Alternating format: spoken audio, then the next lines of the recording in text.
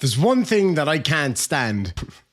That's quite something. There's a lot of things I can't stand, but right up chief among them are smugness and misplaced arrogance. And this guy's got both of those in serious volumes. It's the whole blasé attitude to everything, the holier than thou, and I know everything and you know nothing. Check this guy out. I appear for arraignment only on behalf of my client, Defendant counsel, and that reason being that he intends to retain his private attorney.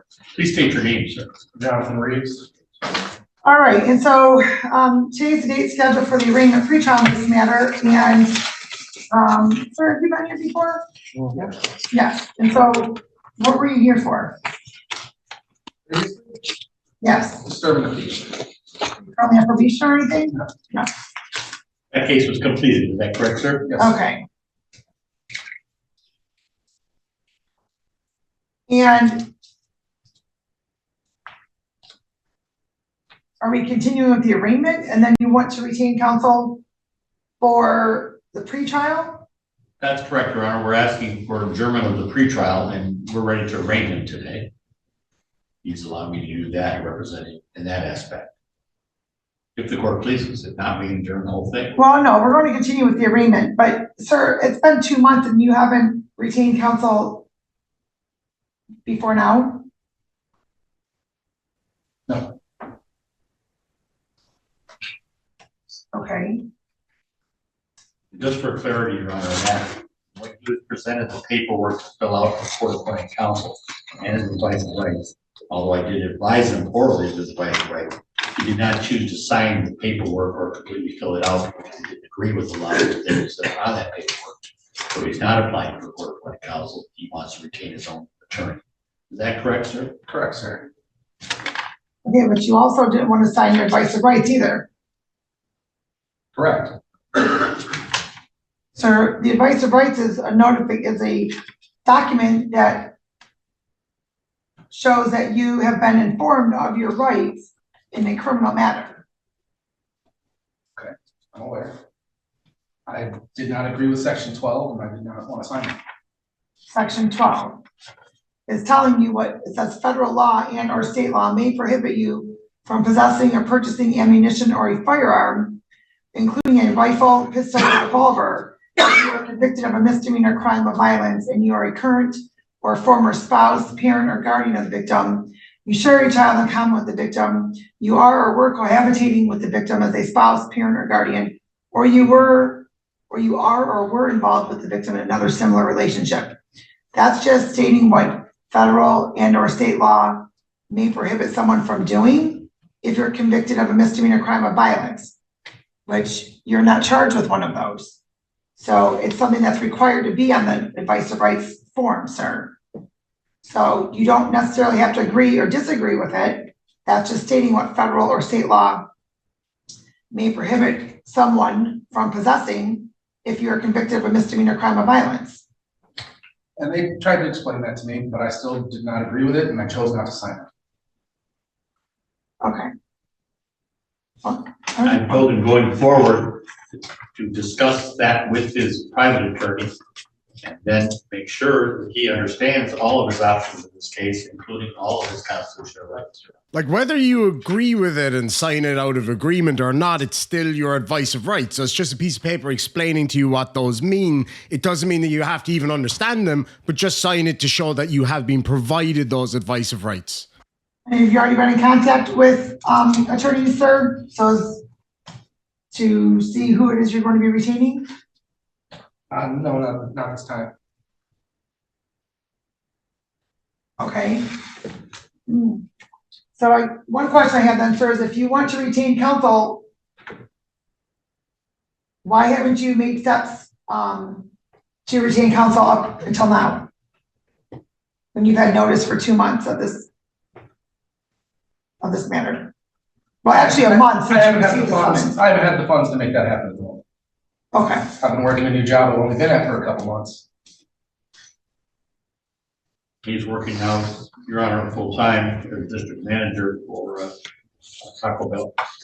All right. And so the court will waive the formal reading, enter plea of not guilty for purposes of the arraignment, And we will adjourn the pretrial to December 13th.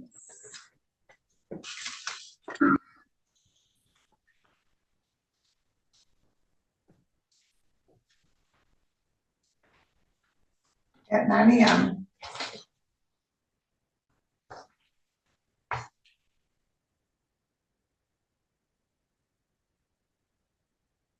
All right, so when you retain counsel, sir, please make sure you're advising them of the date because it won't be adjourned again.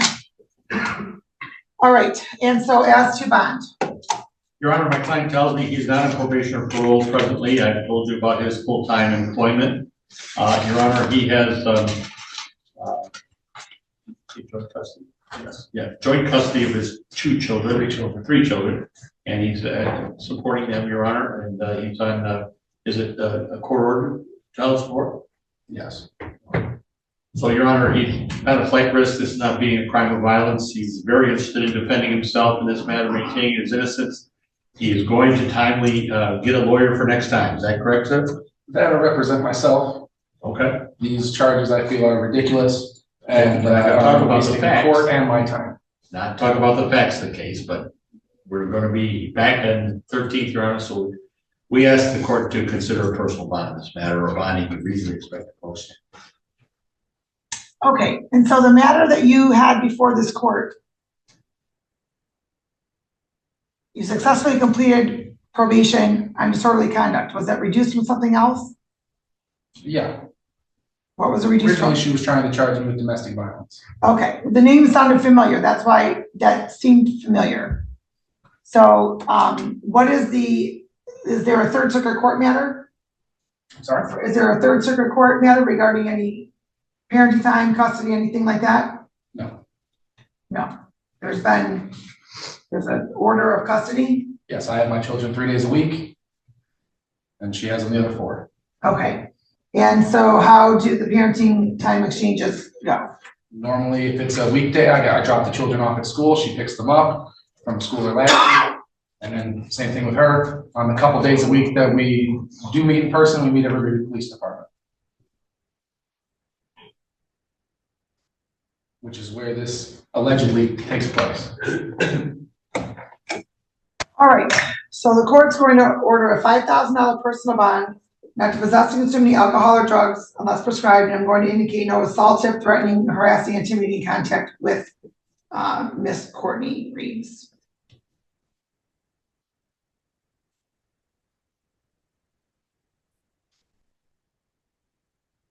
Yes, and that's sir. You can still have contact with exchange of children, but nothing assaultive or anything to put her in fear. Do you understand I haven't that? had any contact outside of my children with her in 4 years. Okay. All right. We'll see you back on December 13th at 9 a.m. Thank you, Your Honor. Thank you. Have a good day. All right, this is the matter of... I get it, dude. You feel hard done by. But being smug isn't the way to do it. Being kind of arrogant. You clearly showed that you need a lawyer because evidently you do not know what you're talking about. You're kind of veering into soft-sit type territory. And we all know that those guys know absolutely nothing. Have a look at one of the videos linked after this one to see what I'm talking about. Now, maybe the guy's done nothing wrong. I'm not saying he has or has not. It's just the way that he's dealing with it seems like a bit of a dick move, truth be told. Anyway, lads and lasses, if you thought that he was smug or arrogant, you let me know down below. We'll catch you in the next one. Sláinte.